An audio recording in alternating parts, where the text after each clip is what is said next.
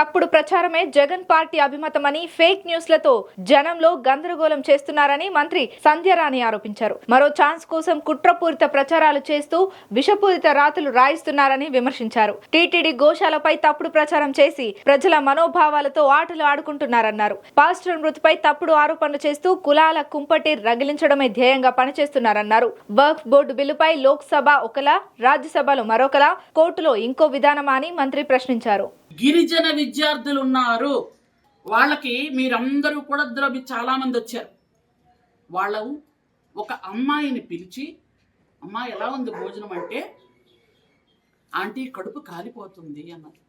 విన్నారు మీరు? అలాంటి నేను ఒక తల్లిని, కడుపు కాలిపోతుంది ఒక పిల్ల అంటే అసలు బిడ్డలు ఆకలి అనే మాట ఇప్పుడు అడగకూడదు. ఎందుకంటే ఒక అమ్మగా మనసు కలుపుకోమంటారు. ఆకలి అని ఒక బిడ్డ అన్నది అంటే అన్నం దొరకట్లేదనే కదా, అన్నం తినట్లేదనే కదా అర్థం, అన్నం పెట్టట్లేదనే కదా. పిల్లలు ఎప్పుడు ఆకలి అంటారు. అలాంటిది 152 మంది పిల్లలు ఆకలితో ఉన్నారంటే అక్కడ ఎంక్వైరీ చేయమంటే అది మీకు తప్పుగా కనిపిస్తుందా? వార్డెన్ ఎవరో ఏ క్యాస్టో నాకు తెలీదు, టీచర్లు ఏ క్యాస్టో నాకు తెలీదు, అక్కడ వండిన వాళ్ళు ఏ క్యాస్టో నాకు తెలీదు, తెలుసుకోవాల్సిన అవసరం కూడా నాకు లేదు.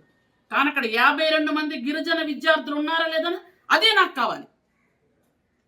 గిరిజనులతో పాటు మిగిలిన కూడా 152 మంది, యాక్చువల్గా ఒక 50 మందో 40 మందో 10th క్లాస్ పిల్లలు పాస్ అయ్యి వెళ్ళిపోయారు. 250 మంది టోటల్గా అక్కడ ఉన్నవాళ్ళు. ఇంటర్మీడియట్ పిల్లలు ఏ కొండల మీద నుంచి వచ్చిన పిల్లలు చదువుకుంటున్నారు వొకేషనల్ కోర్సు. ఆ పిల్లలందరూ కూడా ఆకలి వేస్తోంది అమ్మా అనేటట్టు అనిపించింది నాకు ఆ పదం. ఎంక్వైరీ చేస్తే తప్ప, మీరంటే ఎలాగ ఇల్లు దాటేవాళ్ళు కాదు, ఇంట్లో ఉండేవాళ్ళు, మీకే అవసరం లేదు. అది ఒకవేళ తప్పైతే ఈ తప్పు మళ్ళీ మళ్ళీ మళ్ళీ చేస్తాను నేను. ప్రతి హాస్టల్కి వెళ్ళి ప్రతి విద్యార్థి భోజనం చేస్తున్నాడా లేదా అని చూసే బాధ్యత నాది. ఒక గ్రామంలో ఎవరైనా సరే ఒక తప్పు జరిగితే అడిగే బాధ్యత మాది. అడుగుతాం. ఎందుకు అడగం? అడగకుండా ఒక హాస్టల్ దేనికి పెట్టారు? పిల్లలు తల్లిదండ్రులని ఇంట్లో పాపం పిల్లల్ని బయటికి పంపించడం మనం ఎంత బాధపడుతున్నాం మనం అందరం తల్లిదండ్రులకు కాదా? పిల్లలు హాస్టల్కి పంపించాలి అంటే కళ్ళంటే నీళ్లు పెట్టుకుని హాస్టల్కి పంపిస్తున్నాం. అట్లాంటి కొంతమంది తల్లిదండ్రులు ఇంట్లో భోజనం లేక పంపిస్తున్నారు. చదువు మాట దేవుడెరుగు, నా బిడ్డ 3 పూటలు భోజనం చేస్తే చాలని పంపిస్తున్నారు. అలాంటి దగ్గర కూడా పిల్లలకు భోజనాలు పెట్టకుండా తినేస్తే అడగొద్దా? మాట్లాడొద్దా? అది మీ రాజ్యాంగంలో అవుతుందేమో, మీ రాజారెడ్డి రాజ్యాంగంలో, మా అంబేద్కర్ రాజ్యాంగంలో జరగదు. మా చంద్రబాబు నాయుడు గారి పరిపాలనలో సక్రమంగా జరగాలన్నదే మా ఉద్దేశం.